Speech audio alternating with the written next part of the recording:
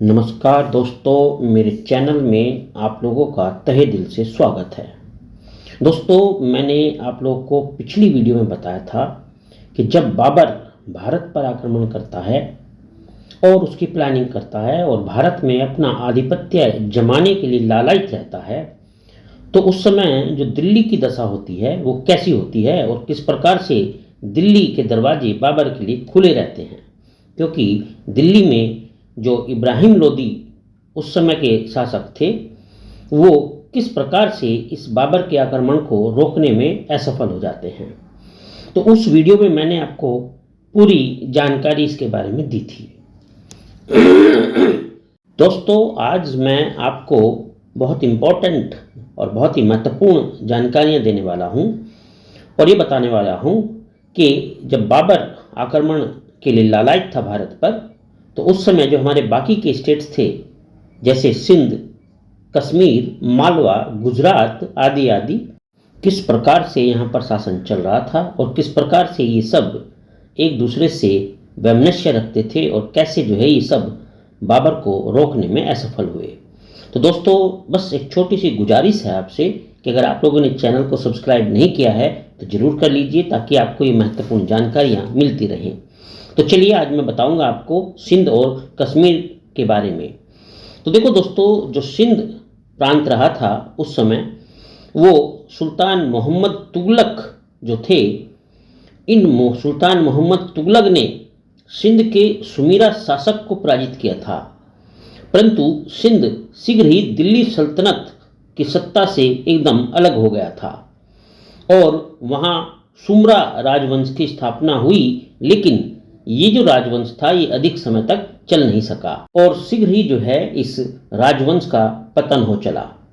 बाबर के आक्रमण के समय सिंध पर शाहबेग अरगून का अधिकार था, जो 1524 में स्वर्गवासी हो गया था। यानी ये जो शाहबेग अरगून था, इसका जो मृत्यु हो गई थी वो 1524 ईस्वी में हो गई थी।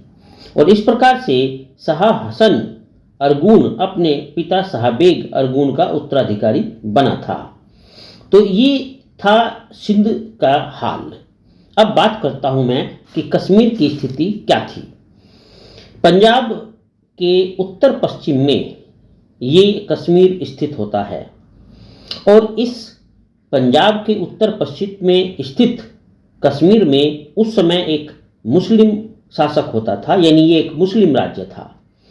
इस स्वतंत्र राज्य की स्थापना 1339 ईस्वी में शाहमीर ने की थी। जनरल आबिदीन जो 1420 से लेकर 1470 ईस्वी तक उसका शासनकाल रहा और ये जनरल आबिदीन कश्मीर के शासकों में सबसे सर्वश्रेष्ठ शासक माना जाता है। उसके शासनकाल में राज्य में काफ़ी प्रगति हुई और कश्मीर ने काफ़ी विकास किया। इसीलिए इस शासक को यानी जनरल आबिदीन को कश्मीर के सर्वश्रेष्ठ शासक में जो है गिना जाता है। लेकिन इसमें मैं एक बात आपको यहाँ बता देना चाहूँगा कि ये जो जनरल आबिदीन रहे, जो कश्मीर के सर्वश्रेष्ठ शासक माने जाते हैं, उनके शासन काल में क्योंकि तरक्की काफ़ी हुई थी कश्मीर की, और इसी वजह से जो है कश्मीर कि अकबर के नाम की संज्ञा इस व्यक्ति को दी गई। यानी मैं फिर से आपको बता देना चाहता हूं कि जनरल आबिदीन जिसके शासनकाल में कश्मीर ने काफ़ी तरक्की की और इसी वजह से इस जनरल आबिदीन को कश्मीर के अकबर की संज्ञा प्रदान हुई है। तो ये बात आप नोट करना, आपके बहुत महत्वपूर्ण रहेगी। तो इस प्रकार से जो है इस कश्मीर के अकबर यानी जनरल आबिदीन की जो मृत्यु हुई, उसके पश्चात कश्मीर में बड़ी अशांति और अव्यवस्था फैल गई और बाबर के भारत आक्रमण के समय कश्मीर का जो शासक था वो था मोहम्मद शाह, जिसका शासनकाल रहा 1516 से लेकर 1528 ईस्वी तक। तो इस तरीके से ये कुछ व्यवस्था थी कश्मीर की। तो दोस्तों, मैंने ये दो प्रांत आपको बताए, सिंध और कश्मीर, और बताया कि इनकी स्थिति क्या थी जब बाबर ने भारत पर आक्रमण किया।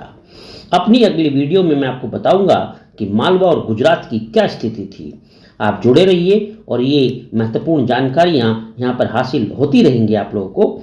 दोस्तों फिर से एक गुजारिश है कि अगर चैनल सब्सक्राइब नहीं किया तो ज़रूर उसको कर लीजिए।